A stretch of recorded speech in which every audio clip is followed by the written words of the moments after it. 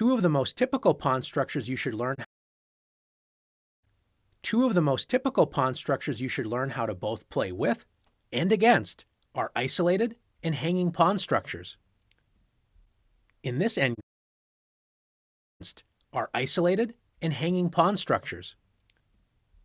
In this endgame, white has an isolated pawn on d4. An isolated pawn is a pawn that is disconnected from the rest of the pawn structure and cannot be protected by another pawn. Isolated pawns can only be protected by pieces, so this makes it a serious weakness in the endgame. Notice that all of white's major pieces are passively defending the isolated pawn, while black's major pieces enjoy more space and put serious pressure on white's d4 pawn. Black is already threatening e5, not a position white wants to defend. Let's take a look at an isolated pawn position in the middle game. White has an isolated pawn on d4. When you have an isolated queen pawn, you should generally keep as many pieces on the board as possible and try to use these pieces to set up an attack, often on the king side. A positive of the isolated pawn is that since there are not any pawns on the files next to it, in this case the c and the e files, this means white can often use these files for attack. Rooks are especially useful on these files. When you are defending against an isolated pawn, you do not want to allow it to advance, which opens up more lines for attack and often eliminates the long-term weakness of the isolated pawn.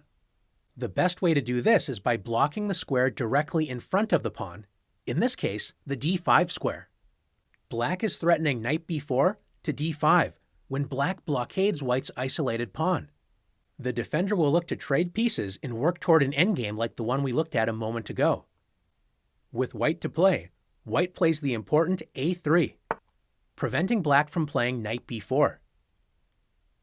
If black still tries to block the isolated pawn with knight d5, notice black's knight is no longer protecting h7, so white can continue to develop and create kingside threats with queen d3. Black either has to waste time retreating the knight back to f6 or create long-term weaknesses on the king side with a move like g6.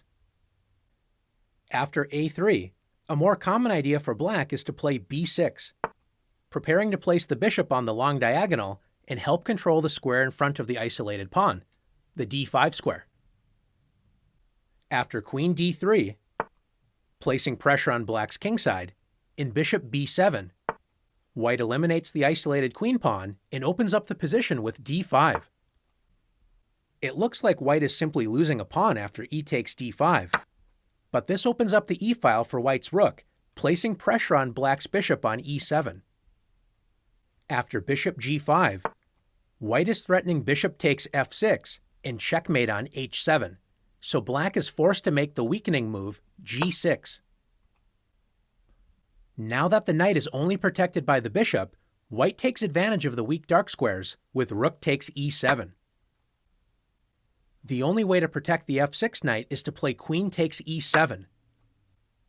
And now white has the crushing knight takes d5, attacking the queen and pin knight on f6.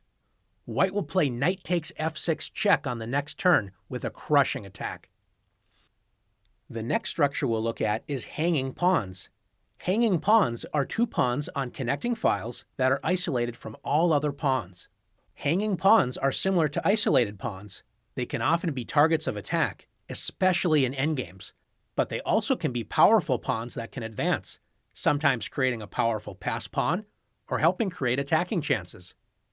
In this position, white has hanging pawns on c4 and d4. White uses the hanging pawns to create a powerful attack, starting with d5. The d5 pawn attacks the knight on c6 and the pawn on e6. This move also opens up the dark squared bishop on the long diagonal, pointing directly at black's king.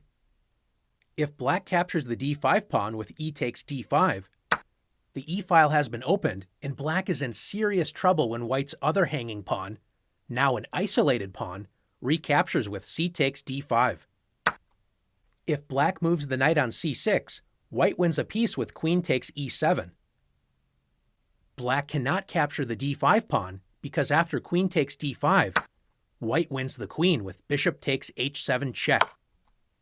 Since the pawn cannot be captured, Black may try the aggressive-looking knight b4, but white can simply play bishop b1. White is threatening to trap black's knight after a3, and white is also prepared to play d takes e6, discovering an attack on black's queen. Black's position is going to collapse.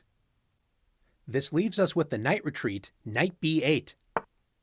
Black's defenses are overwhelmed after queen e4, threatening checkmate, and after g6, white's queen swings over to the dark squares with queen d4, once again threatening checkmate. After f6, white crashes through with rook takes e6. As you can see, a well-developed army can be a very dangerous force with hanging pawns leading the charge. Hanging pawns can also be a weakness, especially since hanging pawns require pieces to protect them. In this position, white's hanging pawns are under pressure. Black is threatening to win a pawn with knight takes d4. After bishop e3, white adds more protection to one of the hanging pawns, d4. Now black is able to put pressure on the other hanging pawn with knight a5.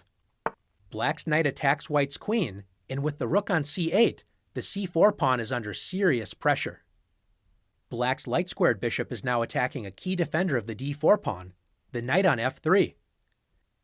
Capturing that knight would also ruin white's structure on the king side. White has too many weaknesses to try and protect and has a bad position.